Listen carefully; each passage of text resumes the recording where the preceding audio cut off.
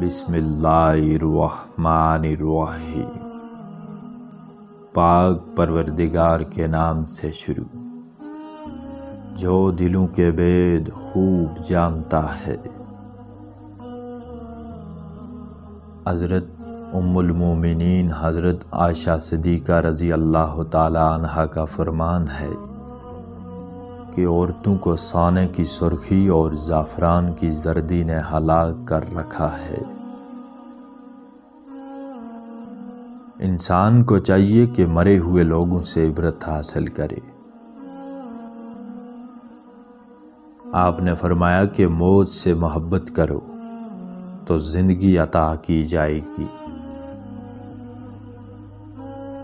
انسان ضعیف ہے، تعجب ہے کہ پھر بھی وہ خدائے قوی کی نافرمانی کرتا ہے۔ جوان آدمی کا گناہ کرنا برا ہے، مگر بوڑھے کا گناہ کرنا بہت ہی برا ہے۔ جو چیزیں تمہیں اللہ کے عذاب کی جانب لے جانے والی ہوں، ان سے پرہیز کرو۔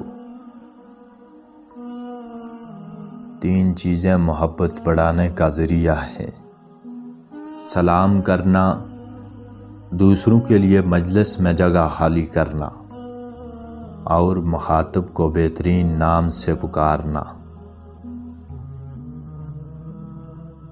اگر تم معلوم کرنا چاہو کہ خدا تم سے کتنی محبت کرتا ہے، تو تم یہ دیکھو کہ لوگ تمہیں کتنا چاہتے ہیں۔ خدا ان لوگوں کو کبھی معاف نہیں کرے گا جو اس کے ساتھ دوسروں کو شریک کرتے ہیں۔ کسی مسلمان کے لیے یہ عیب نہیں کہ تلاش رزق میں بیٹھ جائے اور دعا کرے کہ ہے خدا مجھ کو رزق دے، کیونکہ تم کو معلوم ہے کہ آسمان سے چاندی اور سونا نہیں برستا۔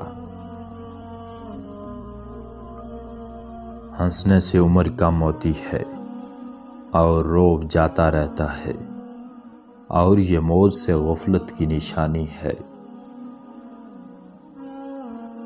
خدا اس کی عزت کرتا ہے جو قرآن کی عزت کرتا ہے، اور اس کو بے آبرو کرتا ہے جو اس قرآن کی بے حرمتی کرتا ہے۔ اللہ تعالیٰ زمین کے ان حاکموں سے راضی ہوتا ہے جن کے نفس ان کے قابو میں ہوں۔ مسلمانوں کو نہ مارا کرو ورنہ وہ رسوا ہو جائیں گے۔ ان کے حقوق تلف نہ کرو ورنہ وہ کفران نعمت پر مجبور ہوں گے۔ قاضی کو تمام لوگوں کے ساتھ یکساں برتاؤ کرنا چاہیے۔ بدترین آوازیں 2 ہیں: نوحے کی آواز اور راگ کی آواز۔ جب کسی بات کا علم نہ ہو تو صاف صاف کہہ دینا چاہیے کہ نہیں معلوم، اللہ بہتر جانتا ہے۔ اس دسترخوان پر مت کھاؤ جس پر شراب پی جاتی ہو۔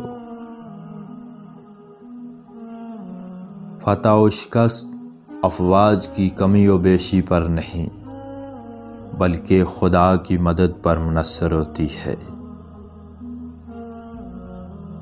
ماں کو اس کے بچے سے اور 2 بھائیوں کو آپس میں الگ مت کرو۔ عجیب بات ہے کہ جانور اپنے مالک کو پہچانتا ہے، مگر انسان اپنے خدا کو نہیں پہچانتا۔